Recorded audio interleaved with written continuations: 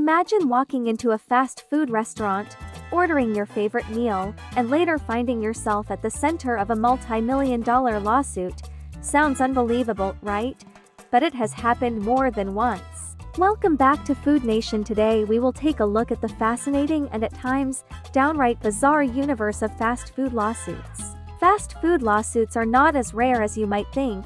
They've become an unexpected, yet common part of the fast food experience. From accusations of false advertising to claims of physical harm, these lawsuits span a wide array of issues, some of which are so outlandish, they're hard to believe. For example, let's look at the case of the infamous McDonald's hot coffee lawsuit. A woman accidentally spilled a cup of McDonald's coffee on herself, leading to a lawsuit that saw her awarded a substantial settlement. The issue? McDonald's was knowingly heating its coffee to such high temperatures that had the potential to seriously burn an individual. While this lawsuit may have been rightfully filed, it doesn't mean that every fast food lawsuit out there has similar merits. Sit back and relax as we share with you the 10 of the weirdest fast food lawsuits. Even if you've never eaten at Subway, you may have seen commercials advertising foot-long sandwiches. And if you have a basic understanding of measurement, you know that 1 foot is equal to 12 inches. Well, some customers actually measured their Subway sandwiches, only to find that some were not the full 12 inches they were promised. They filed a class action suit, claiming that the company was being deceitful by promising foot-long subs without actually living up to its word. Initially, a judge approved a settlement which covered the plaintiff's lawyer fees and awarded them each a $5,000 incentive award. However, during the appeal, lawyers for the company argued that the weight of each sub was the same and that natural variations during the baking process led to slightly different lengths. Each customer, they said, was still getting the same amount of food and nutrients, regardless of whether their sandwich was the full 12 inches long or just 11 inches. The 7th United States Circuit Court of Appeals agreed with this logic and tossed out the settlement, calling the lawsuit utterly worthless. Up next, we have the curious case of a New Jersey couple who sued Taco Bell over a 99-cent price difference on their Chalupa Cravings boxes. Prices may vary. It's a disclaimer we're all used to seeing. Most of us understand this phrase to mean that just because we see one price advertised for an item, the actual price when we go to purchase it might be different. One New Jersey couple clearly didn't understand the disclaimer, or at least didn't think it should apply to them. It is reported that the couple who purchased 2 Chalupa Cravings boxes from Taco Bell paid $5.99 for each box. The problem? They had seen a Taco Bell commercial promoting the boxes for the mere cost of $5. Well, this 99-cent difference, or $1.98 total. They decided to sue Taco Bell for violating the New Jersey Consumer Fraud Act.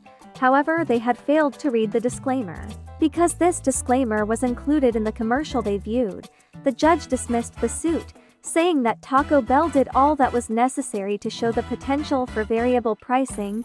I guess they just weren't up for their payday. Next up, we have the Wendys fingertip lawsuit. I think we all can agree that finding a severed fingertip in your food is a good reason to be disgusted, and even a fair cause to sue the establishment.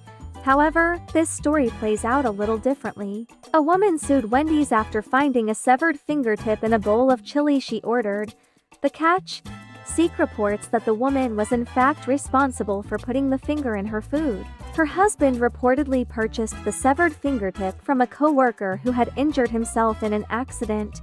Authorities discovered this after some of the evidence just wasn't lining up. Furthermore, after forensic testing, it was shown that the fingertip hadn't actually been bitten into as claimed. They were charged with conspiring to file false claims and attempted grand theft.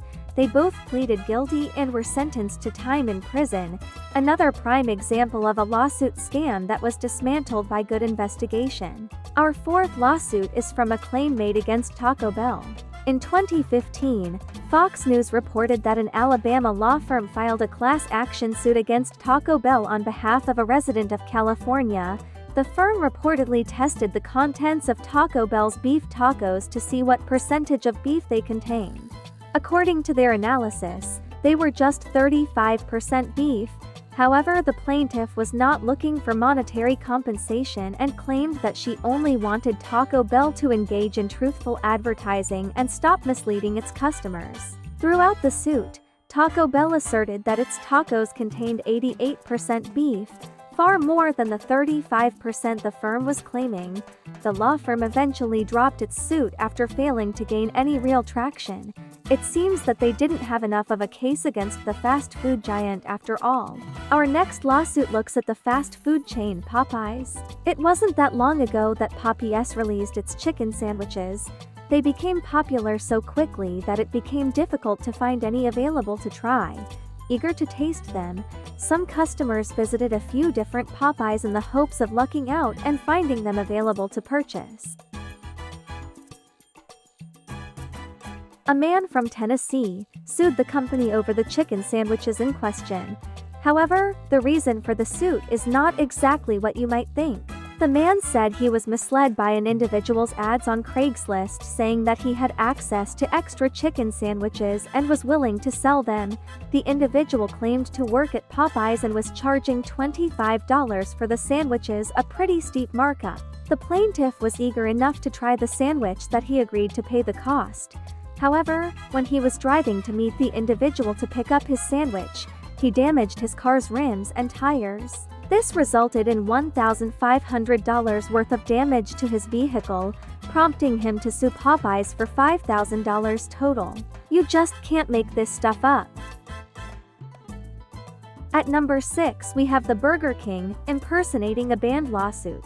This lawsuit involves a heavy metal band, a fast food restaurant, and chicken masks.